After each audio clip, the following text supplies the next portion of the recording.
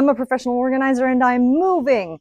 See the description for more details about my move and where you can watch more moving tips. These are my client donations, and this is where I usually process my clients' stuff. I need to clear this out because this needs to be a space where we can stage stuff to back up that U-Haul and start loading. Join me. What I'm doing here isn't going to take me very long. I'm just going to load my client donations into my car to take to the thrift shop, and then I'm going to stage my SPCA donations on the other side of the garage to donate later this week. And then I'm just going to sort and group everything that's left in the garage. At this point, I've been through the whole garage, and if you want to see the long-form video, it's a 43-minute video called Organize with Me, Staging the Garage for a Move.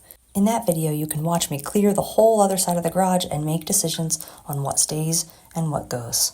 Well, I'm all done.